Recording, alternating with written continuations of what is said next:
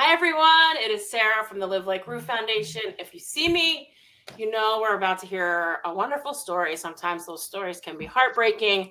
I will tell you guys, it's been tough lately. It's always really, really tough at the beginning of the year because we're kind of have a hangover, quote unquote, from the end of the year and all the amazing giving that happens. So if you see this and this story touches your heart, please donate if you can, become a monthly donor. Every single dollar helps. The key to what we do, and one of the most important things that we do, is to help rescues, especially the ones in our community. As many of you know, Live Like Rue came from an open admission shelter in Chicago and was bound to be put down because he was an owner surrender. So these kind of animals have our heart. And today I'm going to introduce you to some friends of ours because we now have been working with Midwest Rescue for a few years. And I know our medical director, Laura, loves you guys. And every time there's a story, she's like, Sarah, we have to help them. So as you can see, that big boy on the bottom of the screen is Ben. And he's 88 pounds of delicious. I love him so much already. I don't know who typed up his story, but thank you because it gave me some really good background on him. He's falling asleep, so I must be boring him, but that means he's comfortable, which is so important. So with us is JJ, who is a board member, Deb, who's also a board member, Gabby is Ben's foster, and Julie, who's also the treasurer. She's the money woman, which is so important in rescue, also a board member. By the way, it is funny because when you have a board, and obviously Live Like Rue has a board, that's how we operate every nonprofit. It's funny how you give these titles to people, but because we all do everything and we all know how to do everything, and it's just the way, especially animal nonprofits work, is everybody is so invested in these animals, which I love. So thank you guys for everything you do. I know how hard it is to run a rescue.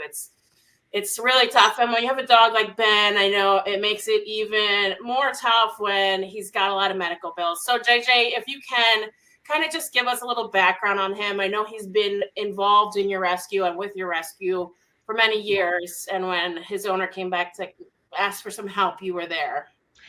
Yeah. So as you can see from looking at him, he is just the most wonderful dog. And he comes from a family of wonderful dogs. And it's been our honor to be able to help a few of them over the years. We are a very tiny pit rescue. But there are, certain families that stay in our lives. We had an opportunity to bring Ben into the rescue late summer, early fall. And he's one of those dogs that hadn't had a whole lot of vet care earlier in his life. So, one of our first items on our checklist was to take him to the vet. And we knew he was 7 years old. We knew he had what we thought was a fatty tumor, but it turned out to be something else. So right out of the box, it kind of changed the way we were looking at how his future was going to be with us. Yeah, I think it's so tough when you get an animal and immediately it needs way more than just vaccines. It needs a specialty vet, surgery consults. It kind of blows your mind a little bit. Julie, can you kind of take us to what is his prognosis and diagnosis? I know he started with bunch of mast cells and got some removed, and now some more are popping up. And that's kind of when you guys reached out to us to see if we could help. So tell us where he is now and what is his prognosis? Well, he's bump free at the time, so no more mast cells popping up. And we are just kind of watching what's going on, making sure he has his checkups. But all in all, no, as long as there's no more mast cells popping up, we're doing good. I mean, I feel like, look at him. He's just he's so relaxed. He's just, oh, they're talking about me. They're talking about me. So Deb, for a small rescue, you all, how tough is it when you kind of get a dog that you may think, oh, you know, he just needs to have his rabies updated and have this, and then you kind of fall into this, oh boy, we need a lot more than that. It's probably tough for you guys to figure out what route to go. It is, you know, that knee-jerk reaction is, oh my gosh, how are we going to do it? But then, as Julie always says, you know what?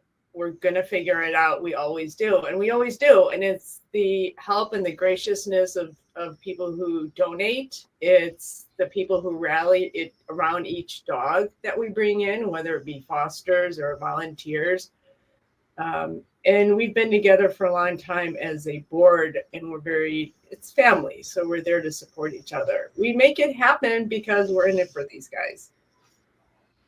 Yeah, I mean, it's so true. I feel like, you know, even when you are kind of frustrated or sad or worried about something, like something happens, you know, like I'm worried so much about, like, you know, do we have enough donations to get through February? And then like that, you know, your monthly donors come through, you have an amazing event where people actually, you know, donated, and something that you thought wasn't going to be as successful turns out being amazing.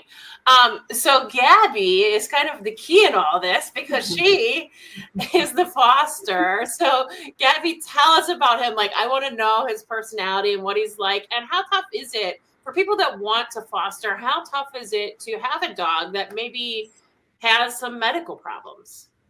Well, I'm a vet tech, so I very much kind of knew what I was signing up for.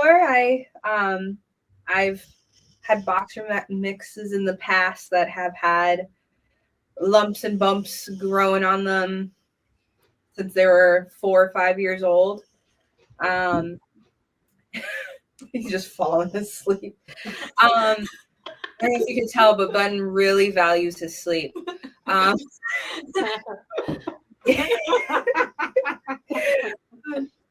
So, yeah, he's not a morning dog, and he's also not a late dog. It's 8:30.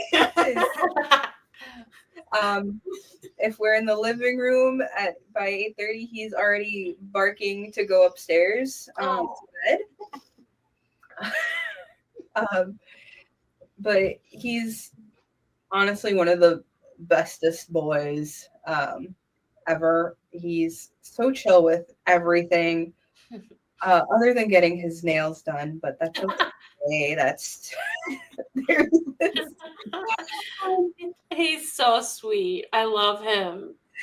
I also read that he loves lamb chop. Loves lamb chop. Yes, he's got multiple. He recently got they came out with a Valentine's version one. So he has one for every holiday so far, since I've had him. He has a Halloween one, he has a Christmas one. So those are his pillows. They're his, well, right now Julie's his pillow. But So good. It's so good. I adore him. I feel like he's just like a big teddy bear who just wants to sleep. Okay, so good news for you guys. You have endless lamb chops on the way. I talked to our Booker Fund director who does bucket lists. So it's just crazy that he doesn't destroy them too. It's like it's his little baby. Oh, JJ, who do you have up there? Here is Noah. Oh, And he's 12 years old. He's a Midwest Rescue dog. He was the foster who never left. And he would, in fact, destroy the lamb chop. All of them. So sweet. Okay, besides that good news, we've got Ben. So whatever Ben needs in the future, he's a Roo dog now. So you guys are stuck with us. You're already stuck with us with all these other dogs that we've helped you with too. So you guys are like family, obviously. But Gabby, if there's anything that you need, reach out to me. Let me know, please. You know, he's amazing. I love him. But thank you guys for everything you do. Obviously, Thank you. rescues have our heart. So we're here for you guys, and especially that big 88-pound boy. Thank you. We love Yeah. Live Like Rue, and we Yeah. do what we do without you. You are very inspiring in a time that could be scary, both for us and for Gabby as his, soon to be forever mom. So thank you for letting us do things we couldn't do without you. Yeah, and so let's make sure that people know that, because I know, we may be getting emails after this that they want to adopt him. Gabby, like he's going to be your dog. Yes. Okay, official. Breaking news, you heard it here first. So he's not available. And I feel like if Gabby didn't adopt him, Julie would be all in, right? Keeps me warm. Oh, I love it. Thank you guys so much for joining me. I appreciate it. Please, if you can, donate to Ben's care. We've already paid a few of his bills. We want to continue to pay anything that anything else he needs. If you want to donate a lamb chop, or you want to give us $10 and say it's for a lamb chop, we got that. Gabby, this is how I envision the adoption photo with like chops and him right in the middle sleeping, and you should be in that picture too, so we can post that. Oh, thank you. Thank you. Thank you. Awesome. Thank you guys. Thanks.